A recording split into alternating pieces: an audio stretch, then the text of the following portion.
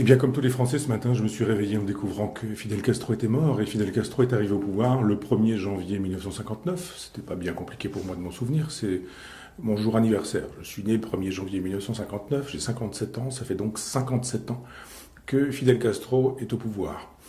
Il y a un concert de pleureuses, c'est évident, ce matin. Fidel Castro, grand homme, grand révolutionnaire, qui a bouté dehors les méchants américains, qui avait transformé Cuba en bordel, et Batista a été un dictateur, et d'un seul coup, la liberté est arrivée. Le bien, le mal, on connaît le fonctionnement actuel et contemporain, qui invite à ne pas faire d'histoire, mais à faire de la morale. On avait donc le choix entre le mal, Batista, et le bien, Fidel Castro. Alors après, le bien, on a vu que c'était pas forcément le bien, mais comme il a représenté le bien un certain temps, on a considéré que finalement on pouvait soutenir cet homme-là presque jusqu'au bout. On a aujourd'hui des Jack Lang et quelques autres qui nous rappellent que Daniel Mitterrand ceci, tel autre cela, etc., etc.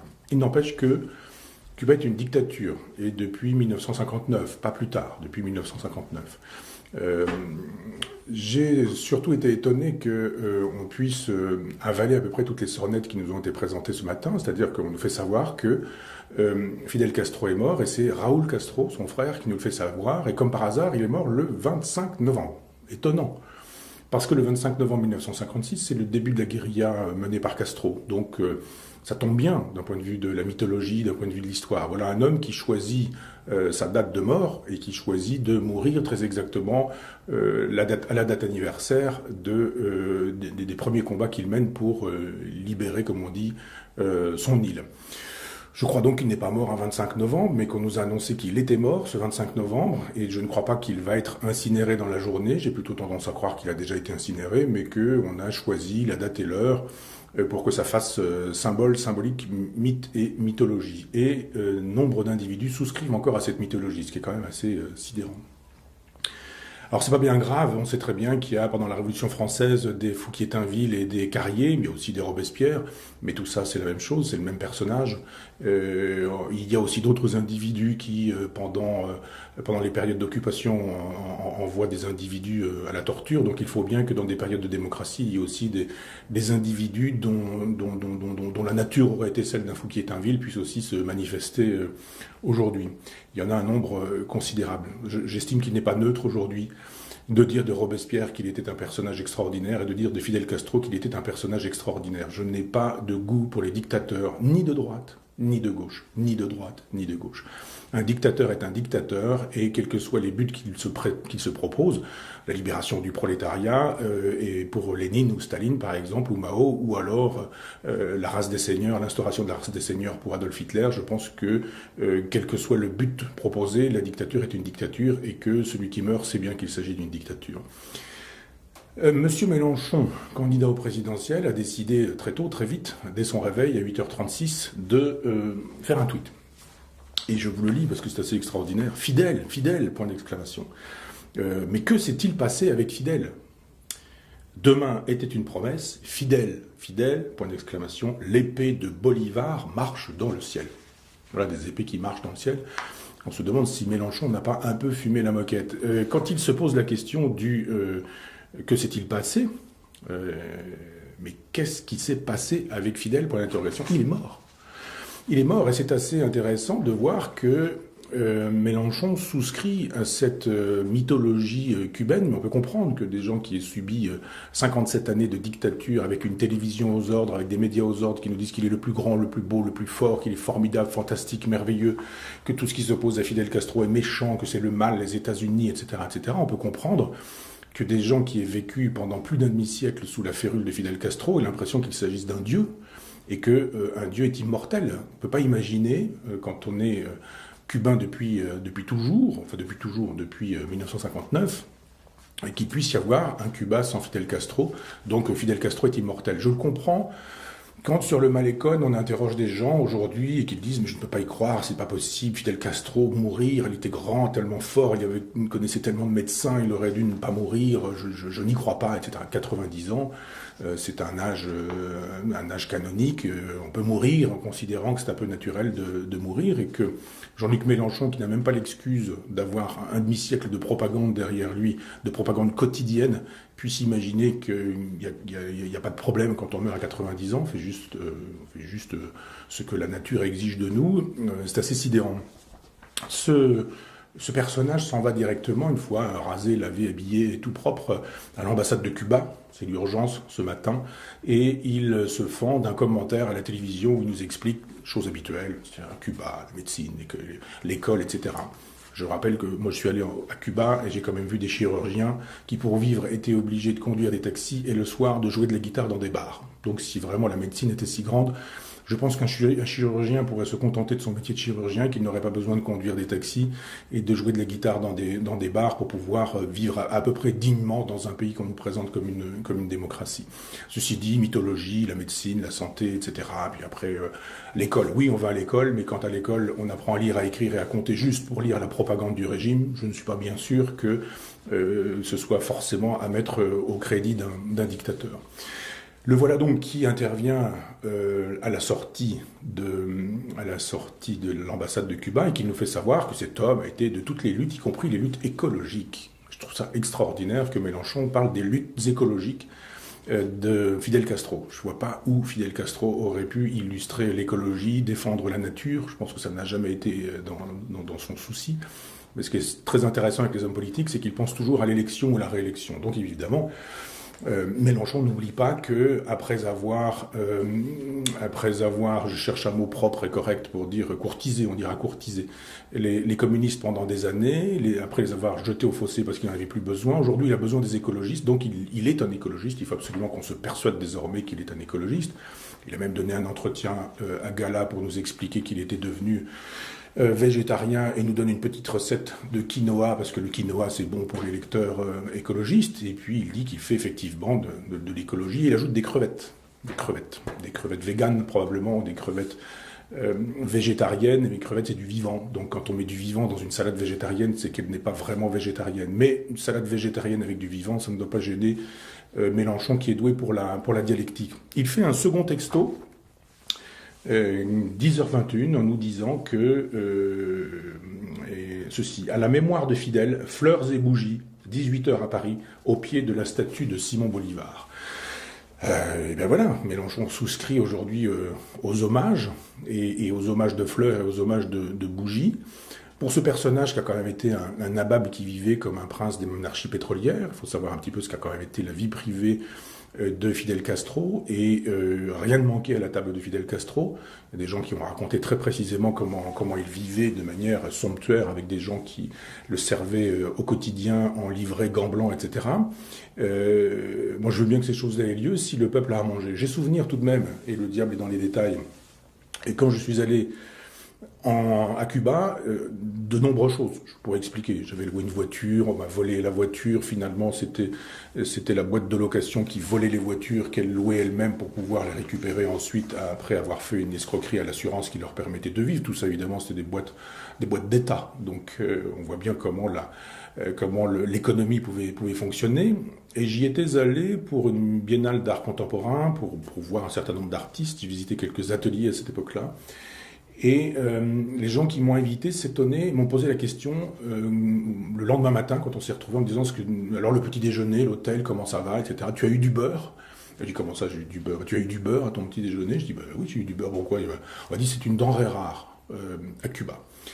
Et comme effectivement j'étais sidéré, j'ai dit mais comment est-ce que le beurre peut être une denrée rare à Cuba? Je veux dire quand on a le pouvoir, les pleins pouvoirs, la totalité des pouvoirs, qu'on peut faire ce qu'on veut, quand on veut, comme on veut.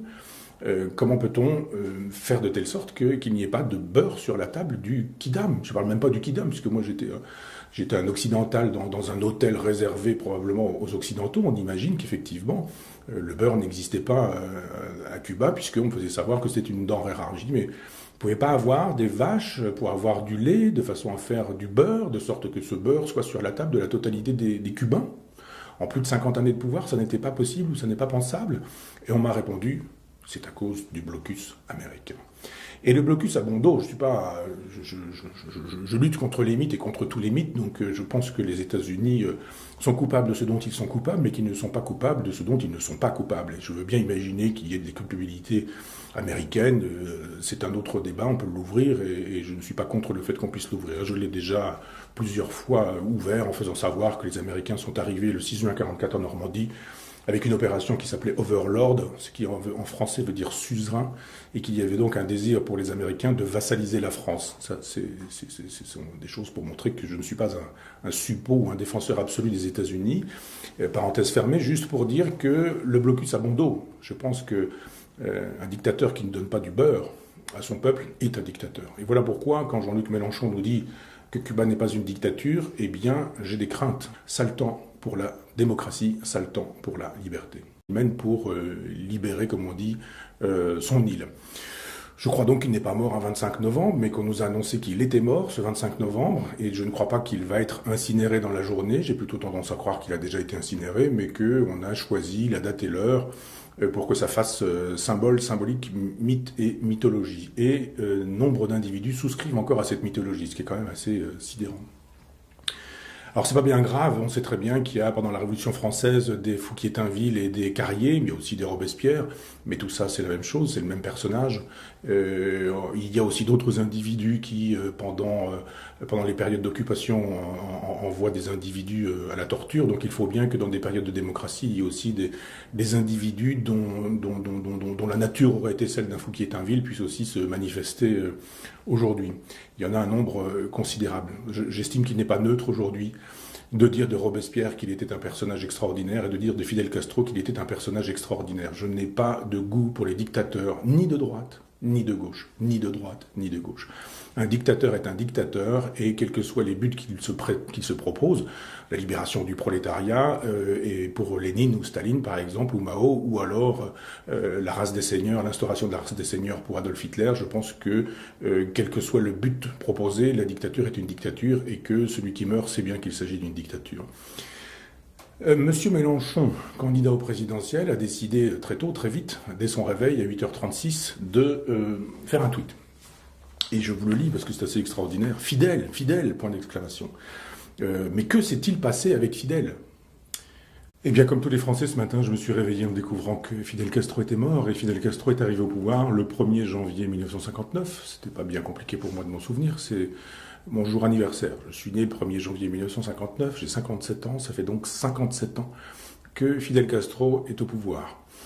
Il y a un concert de pleureuses, c'est évident, ce matin. Fidel Castro, grand homme, grand révolutionnaire, qui a bouté dehors les méchants américains, qui avait transformé Cuba en bordel, et Batista a été un dictateur, et d'un seul coup, la liberté est arrivée. Le bien, le mal, on connaît le fonctionnement actuel et contemporain, qui invite à ne pas faire d'histoire, mais à faire de la morale. On avait donc le choix entre le mal, Batista, et le bien, Fidel Castro. Alors après, le bien, on a vu que c'était pas forcément le bien, mais comme il a représenté le bien un certain temps, on a considéré que finalement on pouvait soutenir cet homme-là presque jusqu'au bout. On a aujourd'hui des Jacques Lang et quelques autres qui nous rappellent que Daniel Mitterrand ceci, tel autre cela, etc., etc. Il n'empêche que Cuba est une dictature, et depuis 1959, pas plus tard, depuis 1959. J'ai surtout été étonné qu'on puisse avaler à peu près toutes les sornettes qui nous ont été présentées ce matin, c'est-à-dire qu'on nous fait savoir que Fidel Castro est mort, et c'est Raúl Castro, son frère, qui nous le fait savoir, et comme par hasard, il est mort le 25 novembre. Étonnant. Parce que le 25 novembre 1956, c'est le début de la guérilla menée par Castro. Donc ça tombe bien d'un point de vue de la mythologie, d'un point de vue de l'histoire. Voilà un homme qui choisit sa date de mort, et qui choisit de mourir très exactement à la date anniversaire des premiers combats qu'il voit. C'est bon pour les lecteurs écologistes. Et puis il dit qu'il fait effectivement de l'écologie. Il ajoute des crevettes. Des crevettes véganes probablement, des crevettes végétarienne, mais crevette c'est du vivant. Donc quand on met du vivant dans une salade végétarienne, c'est qu'elle n'est pas vraiment végétarienne. Mais une salade végétarienne avec du vivant, ça ne doit pas gêner Mélenchon, qui est doué pour la dialectique. Il fait un second texto, 10h21, en nous disant que ceci, à la mémoire de Fidel, fleurs et bougies, 18h à Paris, au pied de la statue de Simon Bolivar. Et bien voilà, Mélenchon souscrit aujourd'hui aux hommages, et aux hommages de fleurs et aux hommages de bougies. Pour ce personnage qui a quand même été un nabab qui vivait comme un prince des monarchies pétrolières, il faut savoir un petit peu ce qu'a quand même été la vie privée de Fidel Castro, et rien ne manquait à la table de Fidel Castro. Il y a des gens qui ont raconté très précisément comment il vivait de manière somptuaire avec des gens qui le servaient au quotidien en livrets, gants blancs, etc. Moi, je veux bien que ces choses-là aient lieu si le peuple a à manger. J'ai souvenir tout de même, et le diable est dans les détails, et quand je suis allé à Cuba, de nombreuses choses. Je pourrais expliquer. J'avais loué une voiture, on m'a volé la voiture. Finalement, c'était la boîte de location qui volait les voitures qu'elle louait elle-même pour pouvoir les récupérer ensuite après avoir fait une escroquerie à l'assurance qui leur permettait de vivre. Tout ça, évidemment, c'était des boîtes d'État. Donc, on voit bien comment l'économie pouvait fonctionner. Et j'y étais allé pour une biennale d'art contemporain, pour voir un certain nombre d'artistes. J'ai visité quelques ateliers à cette époque-là. Et les gens qui m'ont invité s'étonnaient, m'ont posé la question. Demain était une promesse, fidèle, fidèle, point d'exclamation, l'épée de Bolivar marche dans le ciel. Voilà, des épées qui marchent dans le ciel. On se demande si Mélenchon n'a pas un peu fumé la moquette. Quand il se pose la question du que s'est-il passé, mais qu'est-ce qui s'est passé avec Fidel, pour l'interrogation, il est mort. Il est mort, et c'est assez intéressant de voir que Mélenchon souscrit à cette mythologie cubaine, mais on peut comprendre que des gens qui aient subi 57 années de dictature, avec une télévision aux ordres, avec des médias aux ordres qui nous disent qu'il est le plus grand, le plus beau, le plus fort, qu'il est formidable, fantastique, merveilleux, que tout ce qui s'oppose à Fidel Castro est méchant, que c'est le mal, les États-Unis, etc., etc., on peut comprendre que des gens qui aient vécu pendant plus d'un demi-siècle sous la férule de Fidel Castro aient l'impression qu'il s'agisse d'un dieu, et que un dieu est immortel. On ne peut pas imaginer, quand on est cubain depuis toujours, enfin depuis 1959, qu'il puisse y avoir un Cuba sans Fidel Castro. Donc Fidel Castro est immortel. Je le comprends. Quand sur le Malecón, on interroge des gens aujourd'hui et qu'ils disent « mais je ne peux pas y croire, c'est pas possible, Fidel Castro, mourir, il était grand, tellement fort, il connaissait tellement de médecins, il aurait dû ne pas mourir, je n'y crois pas, etc. » 90 ans, c'est un âge canonique, on peut mourir en considérant que c'est un peu naturel de mourir, et que Jean-Luc Mélenchon, qui n'a même pas l'excuse d'avoir un demi-siècle de propagande derrière lui, de propagande quotidienne, puisse imaginer qu'il n'y a pas de problème quand on meurt à 90 ans, on fait juste ce que la nature exige de nous, c'est assez sidérant.